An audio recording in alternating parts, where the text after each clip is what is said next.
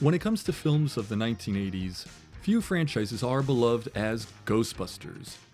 It was a film that helped define the comedy genre of that decade and helped further the careers of several actors, namely Bill Murray, Dan Aykroyd, Sigourney Weaver, and Rick Moranis.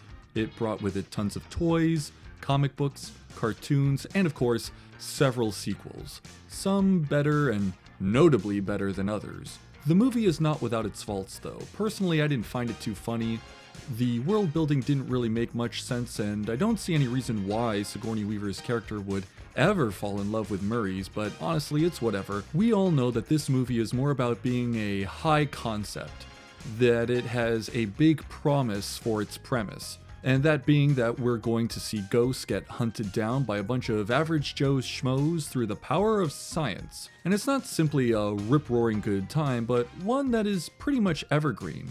Like other franchises, such as, let's say, Men in Black or Power Rangers, the Ghostbusters are unique in that you can basically have movies and other media properties surrounding the idea of it pretty much go on forever. It's about ghost hunting. We've had stuff like this since the Middle Ages. And because it's tied with technology, it can pretty much last well into the future. But apart from all of that, the number one selling point of Ghostbusters is, of course, the Ghostbusters themselves. Venkman is charismatic, charming, and is clearly in this just for the money, fame, and prestige, but he'd really rather not get his hands dirty. But whatever it is, it's gotta get by us. Right. Go get her, Ray! Ray is a cheerfully optimistic guy whose knowledge of the occult and paranormal lends itself well to busting ghosts. But unfortunately, he's rather naive and often gets pushed around by others. Go get her, Ray! Spengler is clearly a genius and a scholar when it comes to all things science, but is pretty clueless when it comes to social cues. Do you have any hobbies? I collect spores, molds, and fungus. But there is one Ghostbuster that I think is greatly underserved in this film, and that is Winston. No one wants to be Winston, man. What's wrong with Winston? What's wrong with Winston? He joined the team super late. He's not funny, and he's not even a scientist. Yeah, but he's so cool. Why is he the most underserved? Because even in a movie that is supposedly about nothing, where the characters don't really grow or develop, Winston still has no real character. We know that he arrives after the montage with the movie's iconic theme song, looking for a job with the Ghostbusters purely because, well, there was an opening in the paper. During the interview, he says that he doesn't really care whether or not ghosts, UFOs, Atlantis, etc. are all real, so long as they pay him well enough. If there's a steady paycheck in it, I'll believe anything you say. This, of course, is asked of him by Janine Melnitz, who delivers the questions in a way that is drier than week-old rice, and we love her for it. And after that scene, he's just absorbed into the team and doesn't really do much else except smoke cigarettes, stare at Twinkies, provide an extra proton stream during the final battle, and give what, to me, is probably the most awkward line in the movie. I love this town! Why? Why does he love the town? Is he new in town? Does he have a special relationship to the city? Is there something about defeating Zool that reminded him of his favorite parts of New York? Are all of these questions just further evidence that we actually know nothing about this guy? And the sequel doesn't really do much favor to him either. We get more moments with Winston, some even really funny ones, but nothing that really sells him as a unique Ghostbuster. We have 4 guys if you count Lewis, who are all distinct, and then there's just Winston. Hell, he's even gone for a large chunk of the movie. Granted, he does add a dose of diversity to the cast, but you can't base an entire character off of that. If he's cool, then you be Winston. I can't. Why not? Because Because you're not black? I didn't say that. You thought it. So how would I fix this problem? Well, I don't think it's enough to just simply have him arrive halfway through the movie. In my opinion, what really could have elevated the movie even more would be to have Winston as an original founding member from the beginning. There are 2 scenes within the Ghostbusters franchise that I think are some of the most fascinating of all, even though they don't involve ghosts, science, or paranormal activities of any kind. Hell, it's not even a scene that tells jokes or has action set pieces. The first is where Winston and Ray are driving in the Ecto-1 late at night, talking about ghosts and the Bible. Winston reveals that he is fairly religious, even going as far as to say, I love Jesus' style. Afterwards, he starts referencing Bible prophecies about the end times, and it is here where I start to wonder, how would a religious person interpret what is going on in front of them when you have giant marshmallow men, zombie cab drivers, and whatever the hell those demon dog things are? I think that between the cynic, the occultist, and the scientist, we should have had a character who is not simply an average Joe that connects to the audience, because in many ways the other characters do that too, but is also a character who provides an additional but still unique perspective through his faith.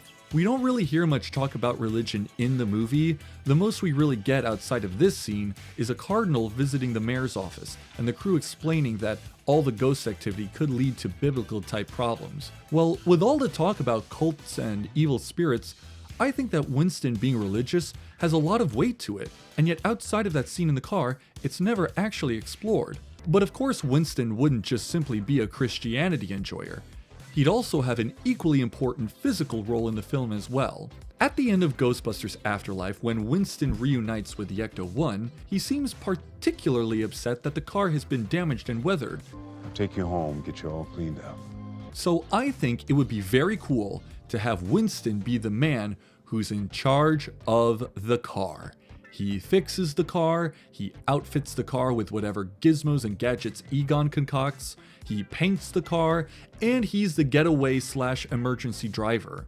He's the guy who transforms it from a 1959 Miller Meteor Cadillac into one of the most famous cars in the history of fiction.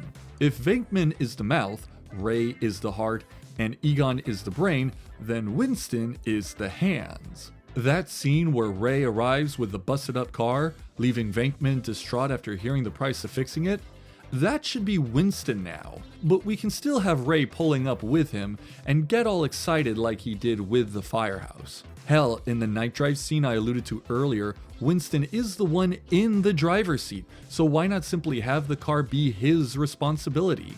By having him be an original member of the crew, we would have a lot more space for scenes and dialogue that help flesh out both of these aspects of his character.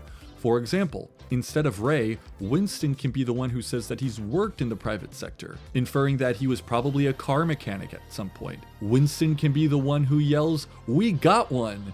when they get their first job. And throughout the movie, whenever something scary or shocking happens, we can have him say little lines like, "Lord have mercy," "Sweet Mother of God," or "Jesus, Mary, and Joseph." Perhaps we could have him speak to the Cardinal one-on-one and say that what they're seeing is just like something out of the Book of Revelations. It's clear that the Cardinal and the Mayor have some sort of friendship, so Winston could grease the skids there. I even went as far as to come up with a little extra scene to further illustrate how he could be useful as the guy who works the car. Picture this. After the guys pull up to the hotel, they meet with the nervous manager. He explains to them what's been going on, just like in the original movie. But right before they head onto the elevator, he asks them, "Beg pardon, but aren't there supposed to be 4 of you?" "Oh, don't worry. He's taking care of the parking situation." "Oh, but we have a valet for that." "That's the problem." We would then cut to Winston out in front of the hotel, curbside. He's leaning inside the window with a nervous young valet in the driver's seat, explaining to him what all the buttons and levers do. "Now that one there activates the ecto scanner for the car so that we can tell when there's a spook nearby. But it eats up a lot of battery and we know that the ghosts are in there, so you don't have to touch it. Oh, and that there's the floodlights that can pick up ectoplasmic trails on the ground in case you got something, but you don't need to touch that." And on and on and on. Explaining things and ending it with, "Please don't touch that, you don't need to touch that, don't putz with that." Further driving home the point that Winston is the only guy who's allowed to touch the car. Winston would basically go on until he decides, "You know what, actually, just let me drive." To which the valet says, "By all means, sir." Now you might be thinking, but wouldn't this mean that we would therefore not get the scene where he interviews for the job with Janine? Well, yes, but also no. See, we can still have this plot beat by simply switching spots, having Janine be the one being interviewed instead. So Janine shows up after the montage, looks up at the logo on the building with a rather unimpressed look on her face. We cut to Ray, Winston, and Venkman asking her a series of questions. Venkman asks where she went to college, and she talks about her time in secretary school, but she got kicked out because they said that they didn't like her attitude. Venkman says, "Well, you seem like quite the ball of sunshine to me." Winston asks her, if she knows how to use other machines besides the phone or the computer. She says that she usually just finds some big strong man to do all of that for her. Then, Roy asks if she believes in ghosts, UFOs, Atlantis, and all that other fun stuff. Janine responds with, "Honey, so long as the pay is right, sorry I'm late."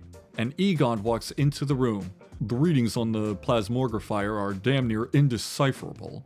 We then cut back to a starry-eyed Janine who dreamily says, "I'll believe anything you say." The three men slowly turning their heads back to her in astonishment and bewilderment. And yeah, that's pretty much the only thing that really held the movie back for me. Do you think Winston should have been an original founding member of the Ghostbusters? Do you think there's anything else that you would like to have seen in the first movie? Do you think I'm a hack who doesn't know what I'm talking about and that the movie is absolutely perfect as is? By all means, please let me know down in the comments. And of course, if you'd like to donate to my Patreon so that you can get more frequent videos as well as have them be sponsor free, feel free to throw me as little as $1 a month. And for my patrons, they all get a special shout out. Today's patron shout out goes to Holt Cold. Thank you, Holt Cold, and thank you all for watching. And until next time, this is Jay Brad signing out.